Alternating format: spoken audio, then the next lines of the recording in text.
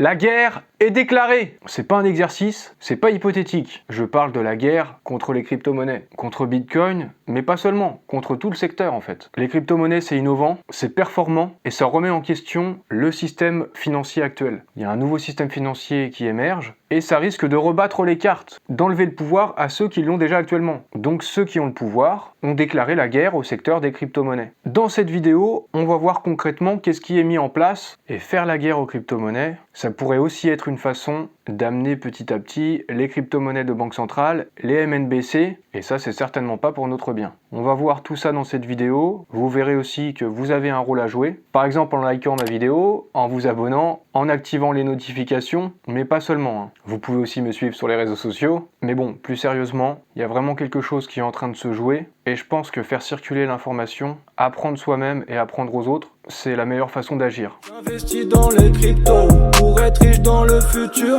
paire de couilles dans le futal, ainsi soit-il, mon bitcoin est mon couteau. Les USA à l'assaut des stablecoins, à l'assaut des cryptos. Et pour commencer cette vidéo, je vous recommande cet article que je vous mettrai dans la description, qui fait le tour du sujet sur à peu près toutes les attaques de ces derniers temps contre le secteur des crypto-monnaies, concernant des exchanges, Kraken par exemple, mais il y en a eu d'autres, Coinbase, Binance, les stablecoins. Ça parle aussi de géopolitique, de la dédollarisation du monde, donc c'est un bon dossier déjà pour commencer. Et avec tout ça, on peut donc parler d'une guerre contre les crypto-monnaies. Et qui dit guerre, dit budget militaire. Il faut de l'argent, il faut la financer la guerre. Et de ce côté-là, la SEC, ils ont dégagé un budget de 2,4 milliards de dollars pour attaquer Bitcoin et les crypto-monnaies. Et cet argent, ça doit servir à embaucher 170 personnes supplémentaires à la SEC. La SEC, pour rappel, c'est la Securities and Exchange Commission. C'est donc le régulateur américain. Le responsable de la SEC, Gary Gensler, il a demandé plus d'argent, plus de budget, et selon lui, ça servira à suivre le rythme de l'innovation, comme il l'a déclaré devant les parlementaires. L'innovation technologique rapide sur les marchés financiers a conduit à des erreurs dans des domaines émergents et nouveaux, notamment dans l'espace de la crypto-monnaie. Pour y remédier, il faut de nouveaux outils, de l'expertise et des ressources. Et selon lui, le secteur des cryptos, c'est un Far West qu'il faut réglementer. Et lui, c'est le shérif. Le shérif, il a besoin d'argent pour s'en prendre aux méchants. Comme c'est nous, les policiers sur le terrain, nous devons avoir les moyens d'affronter les criminels. Vous voyez, c'est même pas une caricature que je faisais. Ainsi, il serait normal que les services de la SEC se développent en même temps que ce secteur grandit et se complexifie. Alors vu que rien n'est complètement noir ou complètement blanc, et que la vérité, elle est nuancée, on peut pas lui donner non plus complètement tort. Parce que du côté de la SEC, ils ont reçu des dizaines de milliers de plaintes en 2022 qui ont donné lieu à plus de 750 actions en justice. Parce qu'effectivement, il y a aussi des malversations, il y a des choses qui sont pas claires. Bon après, ils sont un peu moins méchants avec FTX. Et cette guerre contre les cryptos, ça se confirme. Pour passer à l'offensive et mener cette guerre, eh bien ils ont commencé à publier des offres d'emploi. Et ils cherchent notamment des procureurs généraux. Les enquêtes concerneront principalement les actifs financiers, donc les crypto-monnaies. Les candidats devront être capables de mener des investigations rapides et complexes dans ce domaine, faire des interrogatoires, des relevés, etc., des enquêtes quoi. Donc effectivement, il y a une préparation à la guerre. Et ça me fait penser à un tweet que j'ai vu passer de Richard Détente, certains d'entre vous connaissent peut-être, notamment si vous suivez Grand Angle Crypto, et il parlait d'une guerre, d'une grande guerre entre les États et Bitcoin. Mais cependant, puisqu'il y a plusieurs blocs, il y a plusieurs régions dans le monde, avec des pays qui n'ont pas forcément les mêmes intérêts, eh bien Bitcoin a ses chances. Parce qu'il y a des endroits comme en Occident, où les institutions, les États n'en veulent pas du tout, mais ailleurs dans le monde, c'est pas forcément vrai. Comme par exemple, on l'a vu au Salvador, ou ça peut être le cas aussi en Afrique, globalement en Amérique latine, voire même en Asie. En tout cas, ça va être sport, et d'autant plus si Bitcoin commence à s'imposer pour de vrai, bah Bitcoin va être attaqué encore plus durement. Et je pense qu'on est en train de rentrer dans cette phase-là. Et même nous, à titre personnel, peut-être qu'on pourrait subir des représailles, soit en étant un particulier, soit en étant une entreprise, peut-être qui accepte les paiements en crypto, vous pourriez avoir des difficultés, notamment auprès des banques, des fermetures de comptes, des mesures de contrôle préventive, ce genre de choses. Et en fait, cette réflexion, c'est pas juste de la parano. On parle notamment d'opération Shockpoint 2.0. Pour faire bref, l'opération Shockpoint, c'est aussi une sorte de guerre qui a été menée à partir de l'année 2012 contre des secteurs commerciaux qui déplaisaient aux régulateurs et à l'administration centrale fédérale du président Obama. L'administration a fait en sorte de les étouffer, de les étrangler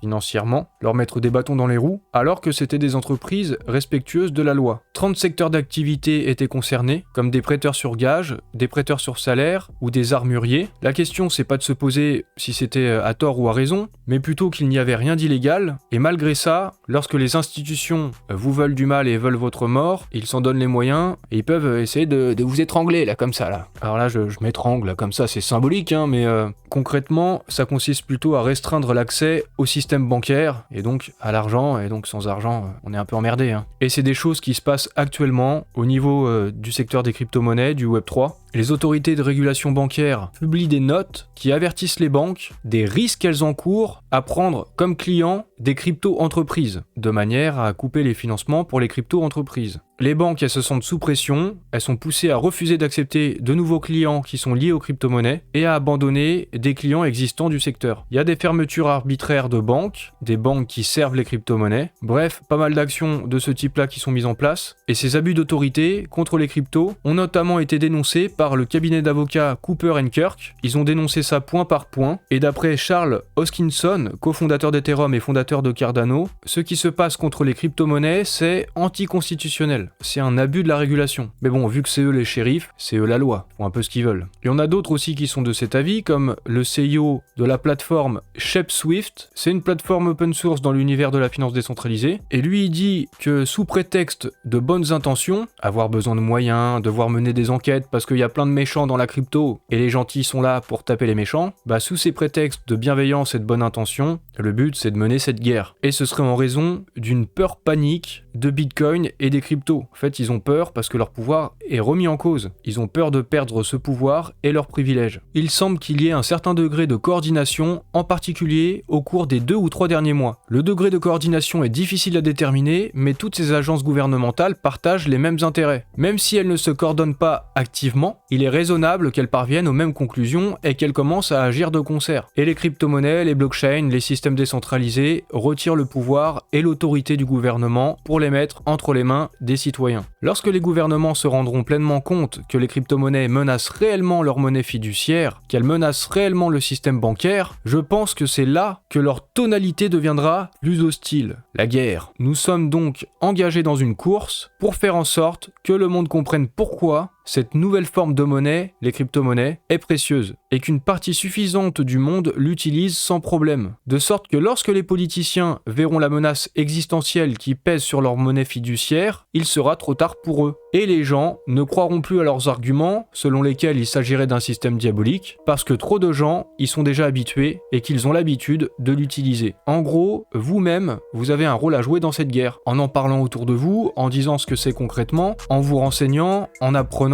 et plus on sera nombreux à le faire, et plus on fera pencher la balance. Comme ça ressemble un petit peu à David contre Goliath, mais c'est peut-être aussi parce qu'on est en Occident, et il y a des régions du monde où il y a vraiment beaucoup de gens, même des États, qui ont plutôt intérêt à se tourner vers les crypto-monnaies. Donc que chacun joue son rôle. Dans cette guerre, les stablecoins vont aussi avoir un jeu important, et certains pourraient devenir illégaux aux États-Unis. Le 19 avril 2023, la Chambre des représentants des États-Unis devait se réunir concernant un texte de loi qui portait sur la définition d'exigences pour les émetteurs de stablecoins. Le but, c'est que les sociétés émettrices de stablecoins, comme Tether pour l'USDT ou Circle pour l'USDC, c'est de les conformer de manière stricte aux exigences de la SEC, notamment l'obligation d'avoir des réserves garanties en 1 pour 1. Alors ça, c'est quand même plutôt légitime. Mais d'un autre côté, le but aussi, c'est de dégager les stablecoins qui sont décentralisés. Donc avoir seulement des stablecoins centralisés et donc contrôlables indirectement. Le but, peut-être, c'est de faire place nette pour le e-dollar, une MNBC, l'équivalent de l'euro numérique. Parce que dans la dernière partie de ce projet de loi, si le texte doit être adopté, dans les 6 mois, un rapport doit être produit sur l'impact et la faisabilité d'un billet vert numérique, d'un e-dollar. À l'heure actuelle, au moment où je fais cette vidéo, je ne sais pas si le projet de loi a été validé, peut-être qu'il devrait être modifié, mais en tout cas, ça montre les intentions vis-à-vis des stablecoins du régulateur US. Et jusqu'ici, j'ai beaucoup parlé des États-Unis, mais c'est un petit peu la même chose qui se joue en Angleterre notamment. notamment, qui veut limiter leur utilisation pour ne pas menacer la stabilité financière. C'est ce qu'a dit à Londres lors d'un discours le sous-gouverneur de la Banque d'Angleterre. Si du point de vue de la politique publique, nous souhaitons la concurrence et l'innovation dans les paiements, nous devons nous prémunir contre les changements rapides et perturbateurs qui ne laissent pas au système financier le temps de s'adapter et qui pourraient donc menacer la stabilité financière. Alors encore une fois, il y a un argument plutôt légitime qui est avancé, c'est de devoir garantir par des actifs liquides et de haute qualité les stablecoins.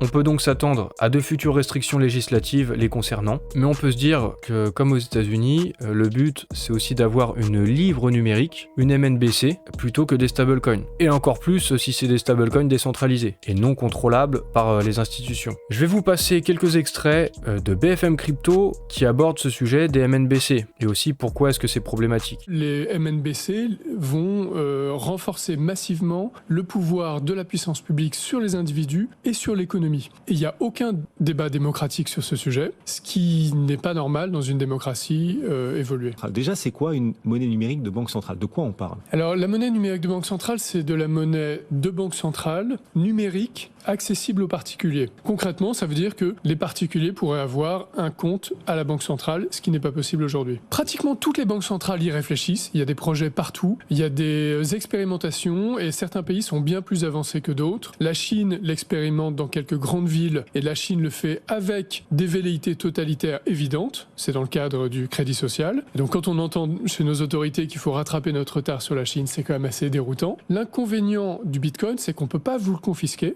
Et l'avantage de la MNBC, c'est qu'on pourra vous la confisquer. Donc vous voyez un risque immense pour l'avenir de nos vies privées si les monnaies numériques de banque centrale apparaissent, mais si elles apparaissent, elles deviendront la norme, c'est aussi ce que vous craignez, et donc plus de vie privée, c'est ce que vous craignez? Les États en rêvent de la MNBC, même s'ils ne l'avouent pas aussi explicitement, ils en rêvent. Alors les banques centrales nous disent, mais on est conscient des risques, ne vous inquiétez pas, tout va bien se passer, mais malgré tout, ces questions se posent, et il y en a au moins trois. Il y a la vie privée. D'abord, aujourd'hui, la surveillance et l'espionnage de la vie privée des individus par les États, elle existe déjà largement. Simplement, avec les MNBC, elle sera instantanée, massive, direct, sans coût, direct, généralisée. C'est donc un changement complet. Ensuite, il y a un deuxième élément, c'est un aspect politique. Ces monnaies seront programmables. Ça veut dire qu'on pourra vous donner des pénalités ou des incitations ou des dates de péremption en fonction de vos comportements financiers, mais aussi politiques. Donc, dans la plupart des pays du monde, c'est un risque gravissime. Ça, et c'est même en Chine. Ce que vous nous dites, c'est valable pour la Chine, non? C'est déjà le cas en Chine, oui. Mais en fait, ça veut dire que c'est une fonctionnalité technique qui sera offerte à tous les gouvernements du monde. Dans les dictatures, c'est évidemment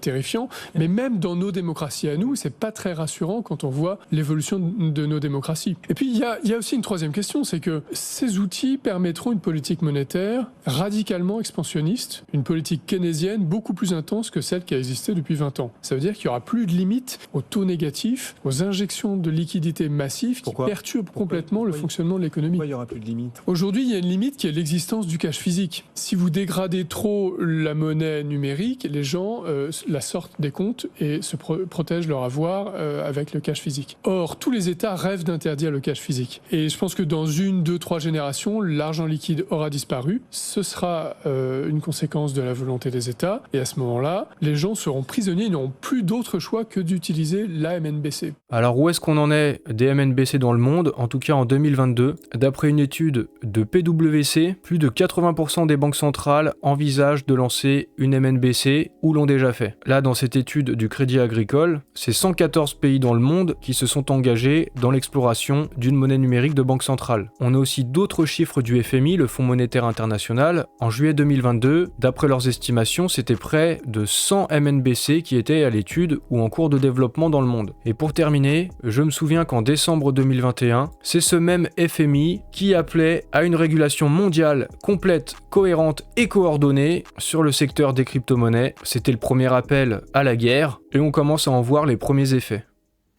Maintenant c'est acté, il y a bien une guerre contre le secteur des crypto-monnaies, et même si de prime abord ça paraît déséquilibré, en fait, les États-Unis ou l'Occident, ce n'est pas le monde. Il y a d'autres régions qui vont avoir intérêt à utiliser les crypto-monnaies, même à les favoriser, donc il y a de l'espoir, et puis vous-même vous avez un rôle à jouer, notamment auprès de votre entourage. Jusqu'où ça ira cette histoire? Pour l'instant on ne le sait pas encore. Est-ce qu'on va basculer vers un monde de crédit social, un monde autoritaire? C'est possible, mais peut-être qu'on pourra y échapper. En tout cas, je pense que c'est bien d'avoir ces réflexions, ça fait partie du travail que chacun peut faire soi-même de son côté. La monnaie, c'est quelque chose qu'on utilise tous et tous les jours, donc ce serait bien de s'informer un petit peu dessus quand même. Ça détermine beaucoup nos vies. J'espère que cette vidéo t'a été utile, que ça t'a plu, que t'as appris des choses. Je te laisse mettre un like, je te laisse t'abonner. Tu peux aussi activer les notifications parce que je vais continuer de te tenir informé. Et puis, n'hésite pas à faire tourner la vidéo aussi autour de toi si ça peut aider.